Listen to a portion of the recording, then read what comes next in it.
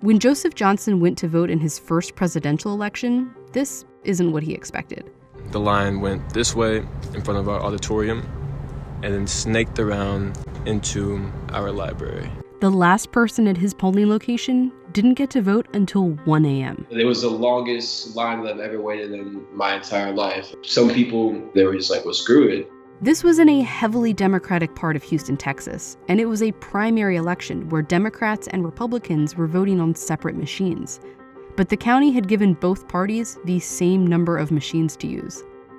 Also, Texas had closed hundreds of polling locations in recent years, meaning more people had to vote at fewer places.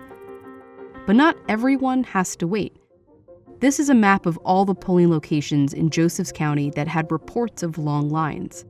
And here's the percentage of non-white voters in each area. Notice how most places with lines were in less white areas? The poll closures and the other decisions that led to those lines disproportionately affected people of color. And whether or not that was intentional, those kinds of decisions in places like Texas used to be highly regulated and much less frequent. Today, that oversight is gone, but the 2020 election could decide whether it comes back. This is the Edmund Pettus Bridge in Selma, Alabama. In 1965, a group of civil rights activists, including the future Congressman John Lewis, marched across the bridge and were attacked and beaten by police. They were marching for voting rights. Back then, especially in the segregated South, there was rampant voter suppression of Black Americans. It started back when the 15th Amendment granted Black men the right to vote in 1870. That right was enforced by federal troops who occupied the southern states during a period known as Reconstruction. But what happened after Reconstruction was that the states passed a number of laws that effectively disenfranchised African Americans. Of course, no law could say no Black people can vote. It had to be a little sneakier, like the grandfather clause, where you could only vote if your grandfather could vote, which is impossible if your grandfather was a slave. There were literacy tests where voters, mostly Black voters, had to answer bizarre questions before they were allowed to vote. Not just tests to see whether or not you could read, but things like, could you recite the state's constitution? And poll taxes, requiring voters, again mostly Black voters, to pay to be allowed to vote. They selectively chose who had to abide by these rules.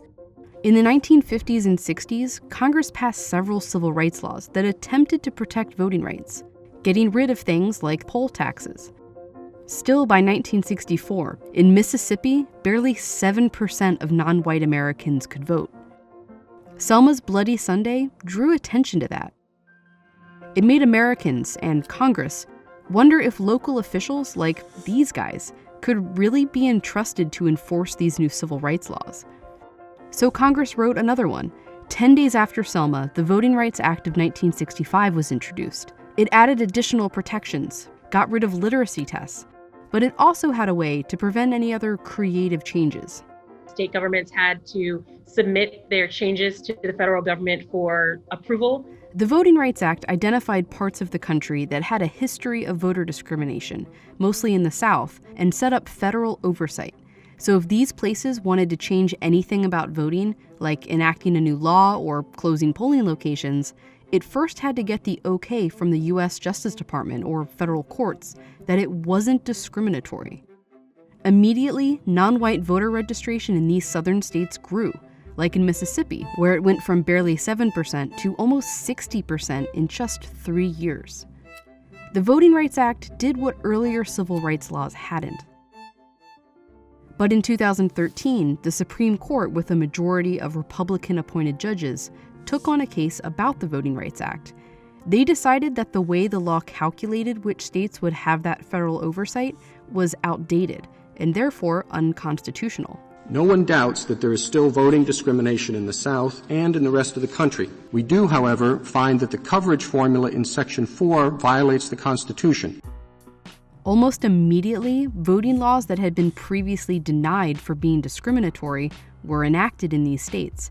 Literally the same day as the Supreme Court's decision, Texas did just that, announcing a voter ID law that a federal judge had previously rejected because it was the most stringent in the country and imposed strict, unforgiving burdens on the poor.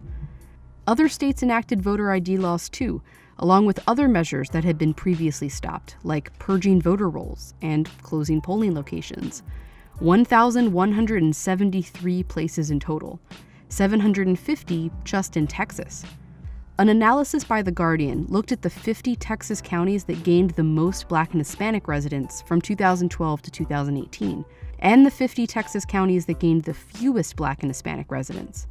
In these counties, the combined population fell by 13,000 over that time, and 34 of their polling places were closed.